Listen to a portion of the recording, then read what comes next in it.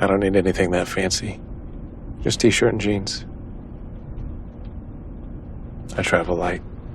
So before I begin today's video, folks, I want to talk about your favorite darling and mine, Brie Larson. Yeah, we all love her, don't we? You know, she had a bit of a backlash a few days ago regarding an NFT, a non-fungible token, and her NFT Twitter post, which got such backlash from her fans, she decided to respond to this with a butt shot of her in jeans.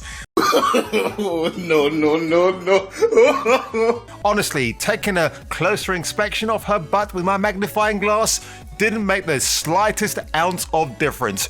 Brie Larson has no arse, and looking at that picture reminded me that I've got to make pancakes tomorrow. The name's Reacher, Major Jack Reacher. He fights for truth, justice, and the American way. Maybe sometimes a slice of peach pie while he's got the time on his hands. Death metal! Death metal forever! So as you can tell by my Cheshire Cat grin, I saw all episodes of Reacher streaming right now on Amazon Prime and made by Paramount Studios, which is in itself a shocking thing to even behold onto you, my lovely loyal audience. While you're watching this video, don't forget to subscribe, like and share amongst your friends, peers and colleagues all over the world, just like that yellow song. So what are my thoughts about Reacher as a TV series now, as opposed to the two films that we got from Tom Cruise? Now, the one thing I'll give Tom Cruise some credit for, he actually made us aware of this through the two films I mentioned. I quite like the first Jack Reacher movie, it's pretty cool. The second one, not so much, but the first one had Christopher McQuarrie at the director's seat, so that's probably why it turned out better than it did. But of course, the main bone of contention wasn't Cruise himself as an actor, the man's got capable acting chops, it's the fact he does not fit the description as depicted by Lee Child, a British author known by his better name of James Dover Grott, CBE, don't you know? So it's kind of good to know that a fellow Brit of mine has the chops to write an American character, a fictional American character, so well.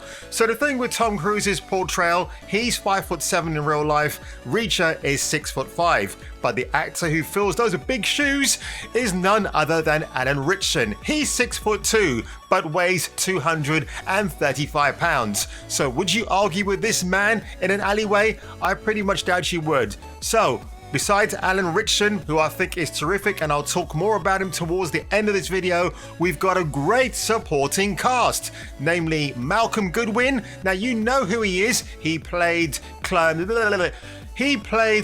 Barbineau in iZombie, which I'm on the second season of, and it's a pretty good show actually, pretty dark in places, kind of puts me off eating normal food outside, if you get my drift. Then we have Willa Fitzgerald, who plays Roscoe, not Roscoe P. Coltrane from the Dukes of Hazzard. We have Curry Graham, you know him as the actor who looks oddly like Kevin Spacey without the baggage, if you get my drift. And also we have the great legend himself, Bruce McGill. You know him as D-Day in National Lampoon's Animal House. He's fantastic here. The man has not forgotten how to act his socks off. He still looks good. He's got a bit of a mullet going on. I love it. And also we have the ladies in tow. So I'm going to start off with Maria Sten. She is a Swedish actress and she plays one of the more lovable characters in this first season called Frances Neely. I like her a lot. She's got a bit of history with Jack because they worked together in the army. And then following her, we also have Christine Crook. Yes, Lana Lang from Smallville. She's in this series and she is terrific. You know what else is terrific about Miss Crook? She still looks like Lana Lang from 2001 from Smallville. She does. No plastic surgery. She apparently keeps fit nearly every other day and she looks damn good. So Miss Crook, full props to you for not falling into the Hollywood temptation of getting your face augmentally resurgitized by some 90210 douchebag. Now, what do I have to say about Reacher? Well, first of all, and I might have said it at the beginning of this introduction, we don't need Reacher to be a film franchise. Yes, I've often said that Ray Stevenson should have played the first movie iteration of Jack Reacher, but that wasn't to be. And also, as an 8-episode first season, you've basically got 8 hours of a movie. You could split it into 2 if you don't want to watch it all in one go, which is kind of what I did, because I tend to do this thing that if I'm enjoying a show so much, I don't want to blitz it all in one marathon. I want to take a little bit of a break and then come back to it the next day, and that's pretty much the best way I like to approach my binge watching. But wow, oh wow, I mean, the devil is in the detail. I mean, something that Reacher says in the show is it's all about the details. And it sure is, because I've had some experience working in this field, shall we say, and one thing they talk about is obtaining warrants, but when you do, it's really difficult to get the phone companies to action those warrants, and it's so true that they mention that in this show. I kind of liked that. But can we talk about the blistering action? Now, I will say one thing. This is a detective show. Jack Reacher is a detective or a military detective, policeman, whatever. He's got profiling skills that will put CSI to shame. And you do see him being that Bruce Wayne of this universe. He's going about his business. Yes, he's imposing, but he doesn't use that in position to threaten people all the time. It's only when people are being real dirtbags. You actually see this at the beginning of the first episode. It's pretty funny how that particular scenario could have played out, so I like that. And also, he's very intelligent. Now, you always hear this thing about writers injecting or inserting themselves into a character they've created or a well-known beloved character. So the thing that you hear about Loki, the TV show, is that, you know, because Loki in the Marvel movies is pretty much an alpha male, or tries to be, but then he becomes more of a beta cuck, for a better want of the phrase, in his own TV show, simply because the writer themselves are of a bisexual disposition, or they're gay, and they thought, well, you know what, Loki can be gay as well. And yes, I know, with Norse mythology, you can change the sex and gender of a Norse god, but it felt like it was a little bit unnecessary. I'll say one thing about this show, there's definitely nothing woke about it, no messaging involved. You do get some undercurrents of racism in here because of where the setting takes place, but that's understandable, and it's kind of mentioned a couple of times and then it's kind of done with. It's pretty good, because the focal point of the racism is Malcolm Goodwin's character, or Finley, so it kind of makes sense that would happen to his character, but I thought the way they handled it was really great. I've got to say the writing in this show is first class, man. It's not that rubbish, that drivel you see in the Disney Plus shows by Bert and Bertie and whoever else they can't find. Like, they have got writers of the highest caliber here, people that you know have actually seen, they've seen shit in their lives. And you know, compared to the kiddie shows where literally you could pull a kid from kindergarten and get them to write a screenplay for Marvel, that's pretty much what sets the bad wheat from the chaff, if that's the right way to phrase it. But Nick Santora, he's the showrunner for this particular season. I hope he carries on producing the next few seasons. It's not confirmed yet that there's going to be any future seasons, but quite rightly, from what I've seen from the reactions online and just the way this series is put together, I want more, man. Give me more Jack Reacher. Give me more Alan Ritchson. Now, I'll talk about the action here very quickly. It is astounding, it's blistering, it's brutal. In the first episode, you have a very memorable prison fight scene, and it's all done, not in one shot, but you can see clearly what is happening. You can see Ritchson is doing his own stunts, he's throwing dudes around. It is pretty brutal. It actually takes me back to the good old days of Marvel on Netflix. Punisher, Daredevil, remember those hallway fight scenes? This was trying to echo those, and I think for the most part, it did pretty well. Now, every episode is action-packed, but like I said, the action does kind of take second place to the drama, what's going on. The mystery that they have unfolding here is pretty cool. It involves flashbacks, it involves Jack's younger brother, Joe Reacher, which was really cool to find out. There is sort of an absent father figure in this, played by Matthew Marsden. I think in the scope of the story, they couldn't really flesh out his parts any further than they had to. The focus is actually on Mrs. Reacher, and I thought she was a really compelling actor. I've forgotten the person who played her actually, but in terms of how she was written, she kind of assumed a father role more than her actual on-screen husband, which I thought was really, really interesting. So if you want to get into the Lee Child universe of Jack Reacher, there's 27 novels. Are they going to do 27 seasons of Reacher? No, I think they'll probably stop at 7 and that's it. So this first adaptation is of The Killing Floor. I kept calling it The Killing Room because I'm thinking about Dexter Morgan.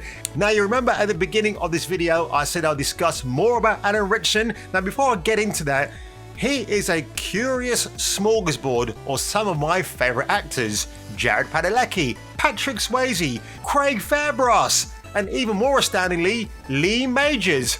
Who, you may ask? Check out The $6 Million Man, or even more recently, Ash vs. Evil Dead. I say Lee Majors because when you see Ritchson acting on screen, he kind of has those, I don't know, wholesome qualities of Lee Majors. That's how it came across to me. So you might think differently, you might disagree, and that is perfectly fine. So before I go, I want to share this clip with you of a podcast from Michael Rosenbaum. Yes, you know him as young Lex Luthor in Smallville. And yes, he has interviewed Christine Crook on his show. If you don't know what Inside View is, it's basically like a real life version of Tony Soprano sitting in a room opposite Jennifer Melfi and he's pouring out his problems. That's pretty much what this is. It's unscripted. It's not an actor or an actress coming in to plug their latest production, because that's not what it's all about.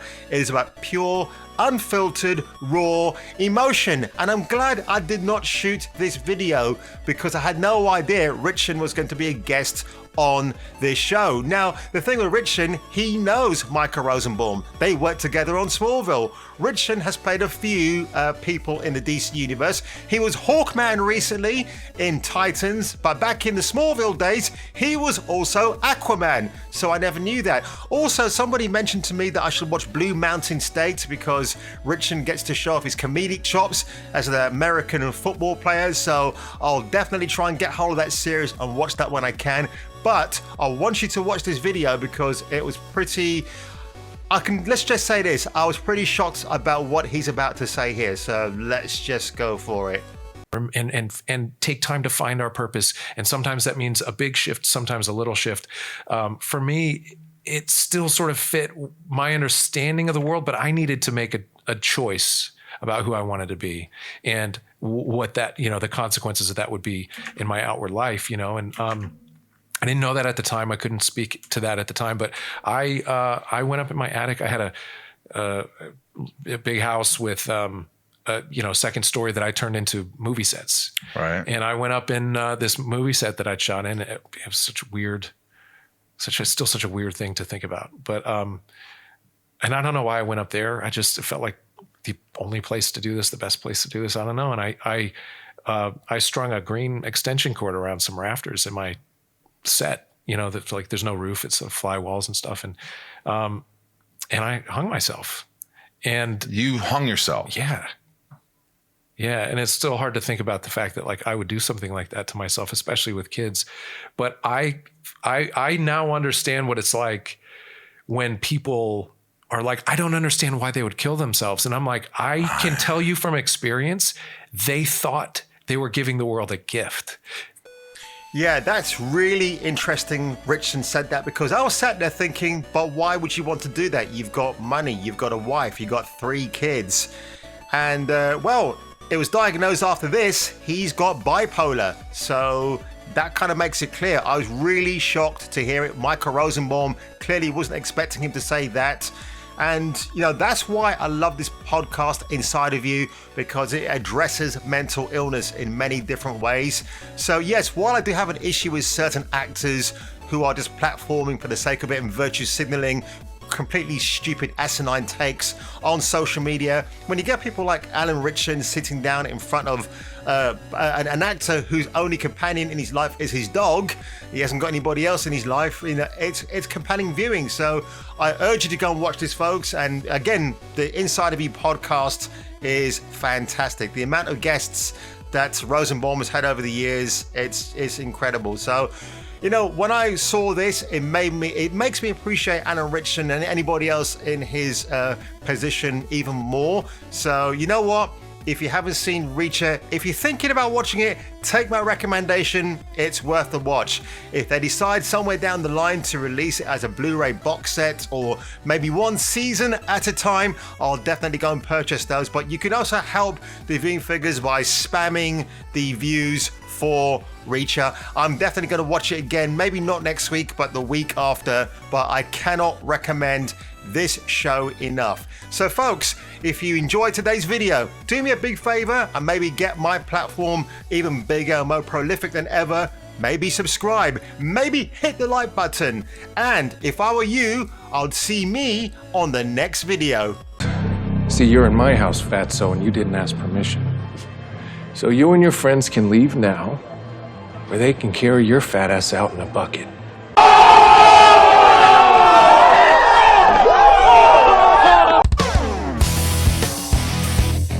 Like and subscribe, or get your nuts Krogan crushed with Jason King.